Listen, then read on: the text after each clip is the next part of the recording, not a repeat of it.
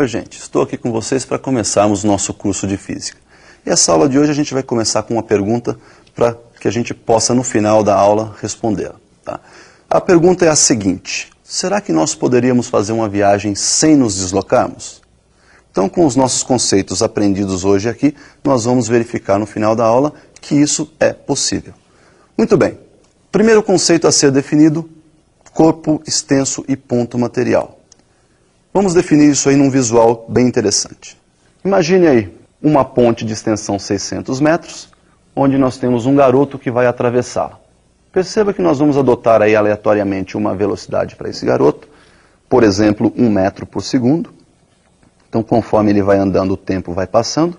E ao final da travessia, perceba que ele já andou 600 metros. Consequentemente, se ele anda 1 metro a cada segundo, tempo gasto para a travessia, 600 segundos. Se pegarmos a mesma ponte e agora uma composição férrea de extensão 300 metros for atravessá-la com a mesma velocidade, de 1 metro por segundo, olha o que vai acontecer. A composição vai andando. Ao final dos 600 metros, ou seja, quando a frente dessa composição já tiver chegado na outra extremidade da ponte, nós temos já um tempo de 600 segundos. Porém, o nosso trem, a nossa composição está completamente sobre a ponte. Para isso, para completar essa travessia, ela vai ter que andar mais 300 metros. Muito bem. Se ela andou mais 300 metros, o total percorrido foi de 600 mais 300, 900 metros. Efetuando aí, então uma travessia num espaço de 900 metros, ela vai gastar 900 segundos, 300 segundos a mais que o garoto, numa travessia de ponte de mesma extensão. Bom, como nós vimos então nos dois exemplos, o movimento do garoto, nós fizemos um equacionamento sem computar suas dimensões, porque elas são irrelevantes para o cálculo desse movimento, para o cálculo de sua velocidade, para o equacionamento desse movimento. Já no movimento do trem, nós tivemos que computar o seu tamanho, porque esse tamanho agora se torna relevante para o seu equacionamento. Então percebam que quando as dimensões de um corpo são desprezíveis com relação a todo o sistema que o envolve, essas dimensões não devem ser computadas no equacionamento de seu movimento. Esse então corpo é chamado ponto material. Já quando essas dimensões não podem ser desprezíveis, comparadas com o sistema que o envolve, quando comparadas com todo o equacionamento de seu movimento, esse corpo passa a ser chamado então corpo extenso. Percebam então que no nosso exemplo o garoto era tratado então como um ponto material e o nosso trem tratado então naquele movimento como um corpo extenso. Nós vamos para uma segunda definição, que é uma definição um tanto quanto polêmica: movimento e repouso. Para isso nós vamos ver aí um visual bastante interessante para não mais esquecer dessas definições.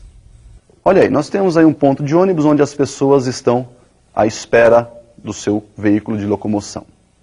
Por ali está passando um táxi e dentro desse táxi nós temos o motorista e alguns passageiros.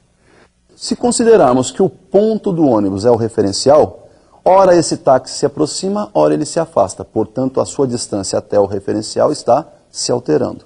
Consequentemente, em relação ao referencial ponto de ônibus, o táxi está em movimento. Se nós considerarmos que o referencial agora é o motorista do táxi, em relação ao motorista, um passageiro qualquer dentro do táxi mantém a mesma distância em relação ao motorista. Consequentemente, quando adotamos o motorista como referencial, qualquer passageiro do táxi está em repouso. E o ponto de ônibus agora? Perceba que a distância entre o motorista e o ponto se altera. Então o ponto, mesmo estando fixo, para o motorista ele passa a estar em movimento. Se o referencial então se afasta ou se aproxima do corpo, aquele corpo está em movimento. Se o referencial se mantém a uma mesma distância do corpo, para aquele referencial o corpo está em repouso. Já definidos então movimento e repouso, nós vamos para uma outra definição, que é a definição de trajetória. Para definir a trajetória, nós vamos observar um exemplo. Observe então esse avião que está sobrevoando uma certa região, altitude constante, e nós vamos adotar aí dois observadores. O primeiro observador é o próprio piloto que está lá dentro do avião. O segundo observador é você que está aí em casa. Então veja o seguinte: quando esse avião abandona um certo corpo, esse corpo, ao perder a altitude, continua ainda se deslocando horizontalmente. E você que está aí em casa vai observar que a trajetória descrita por esse corpo abandonado é um arco de parábola. Já o piloto, ao olhar para esse corpo, todas as vezes o observará logo abaixo da aeronave. Consequentemente, estará vendo aí uma trajetória retilínea, ou seja, uma reta vertical. Bom, duas conclusões daí. Primeira, que a trajetória é então o conjunto de posições que um corpo ocupa no decorrer do tempo. E a segunda é que a trajetória depende do referencial. Para você que está em casa, uma forma de trajetória, um formato de trajetória. Para o camarada que está lá, o piloto que está dentro do avião, a trajetória já tem outro formato. Então, definida a trajetória, nós vamos, para facilitar nosso estudo, subdividir essa trajetória em partes iguais. Então vamos ver uma trajetória subdividida. Nós temos aí, então, olha lá, uma trajetória onde nós dividimos em partes iguais, são chamados marcos quilométricos. Adotamos uma origem, que é o marco zero. À direita da origem nós temos as posições positivas e à esquerda as posições negativas. Nós temos aí dois veículos, A e B. O A está a 3 km da origem, portanto à esquerda dessa origem, e o B a 3 km da origem, portanto à direita. Observe então que as distâncias são iguais, porém o posicionamento é diferenciado, uma vez que um está à esquerda, o outro está à direita. Então nós definimos espaço como sendo a medida algébrica, porque leva em consideração o sinal, que vai desde a origem até a posição do corpo que está sendo estudado. Portanto, o espaço ocupado pelo corpo A é menos 3 km e o espaço ocupado pelo corpo B é de mais 3 km. Uma outra definição importante aí é o espaço inicial. Não confundir a origem dos espaços com o espaço inicial. Tá? O espaço inicial é a posição de onde o corpo inicia o movimento. E todo movimento tem o seu início no instante t igual a zero. Então, espaço inicial é a posição que o corpo ocupa no tempo zero. Nós vamos agora definir a rapidez com que varia esse espaço. Para isso, nós vamos ver a definição da velocidade. Velocidade escalar média é a relação, então, entre o espaço, é a rapidez com que varia o espaço, né, medida no intervalo de tempo ΔT. Nós temos aí, então, espaço final menos espaço inicial, que é o nosso ΔS, e embaixo, tempo final menos tempo inicial, o nosso ΔT. Se formos falar de uma velocidade instantânea, uma velocidade escalar instantânea, nós devemos calculá-la num limite de tempo tendendo a zero. E esse limite é calculado através da derivada. Então nós temos aí, olha, a velocidade é o limite de ΔS por ΔT, quando esse ΔT tende a zero, e esse limite então é calculado através da derivada. A derivada nós representamos por ds dt. Então a velocidade é a derivada do espaço em função do tempo.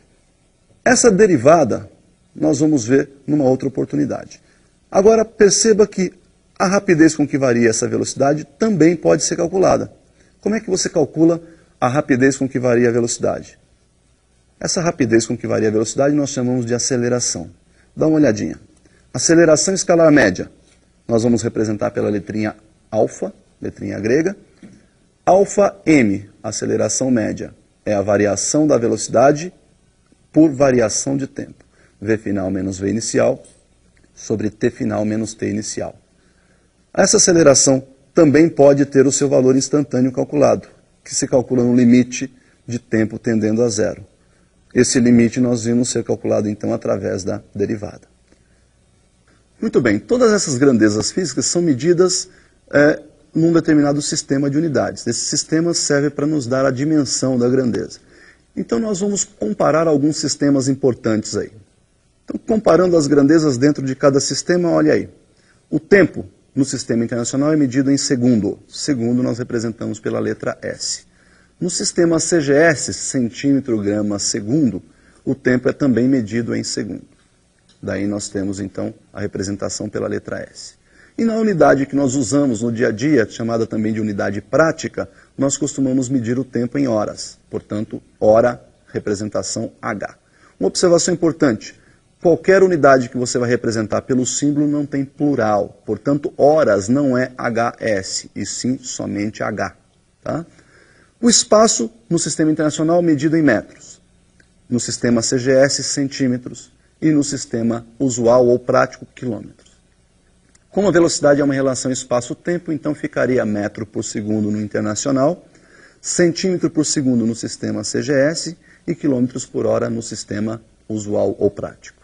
Já a aceleração, velocidade por tempo, nós temos aí no Sistema Internacional metro por segundo ao quadrado, no Sistema CGS centímetro por segundo ao quadrado e no Sistema prático ou usual quilômetros por hora ao quadrado.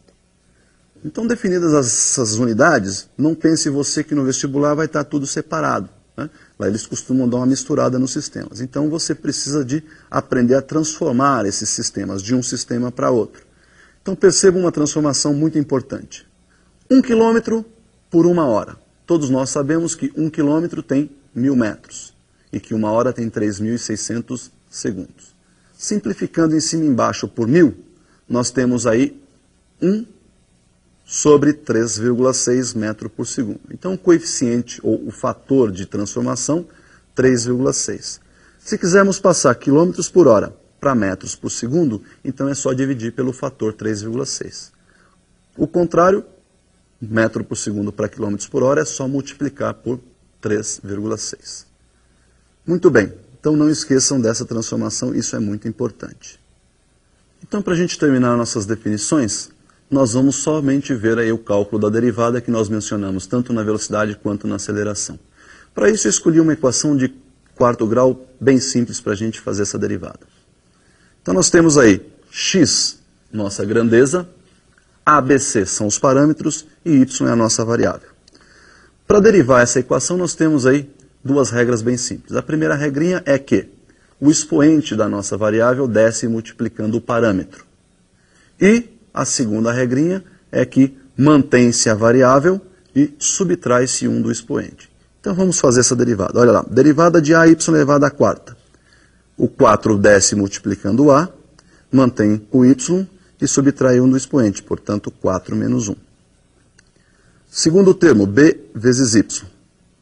O expoente é 1, multiplica B, mantém a variável Y e subtrai 1 lá do seu expoente, 1 menos 1, que vai ser 0. E a derivada de C? Bom, esse C estava sozinho, nós vamos colocar um y elevado a 0 ao seu lado, porque y elevado a 0 é 1, e quando fizermos a derivada, o 0 vai multiplicar o C. Então ficaria 0 vezes C, que multiplica y elevado a 0 menos 1. Daí então nós temos que a derivada ficou assim, olha lá, 4 que multiplica A, que multiplica y ao cubo, mais B que multiplica y elevado a 0, mais 0. Totalizando então aí a nossa equaçãozinha que ficou 4ay ao cubo mais b. Então, para finalizar a nossa aula de hoje, vamos responder aquela pergunta inicial. Imagine que você vai fazer uma viagem. Você sai da sua casa, vai até a Baixada Santista e volta para a sua casa. Veja que você foi e voltou. A sua posição inicial, sua casa. Sua posição final, a sua casa. Veja que o ΔS é 0. Você fez uma viagem sem se deslocar. Tá legal? Por hoje, então, é só. Até uma próxima.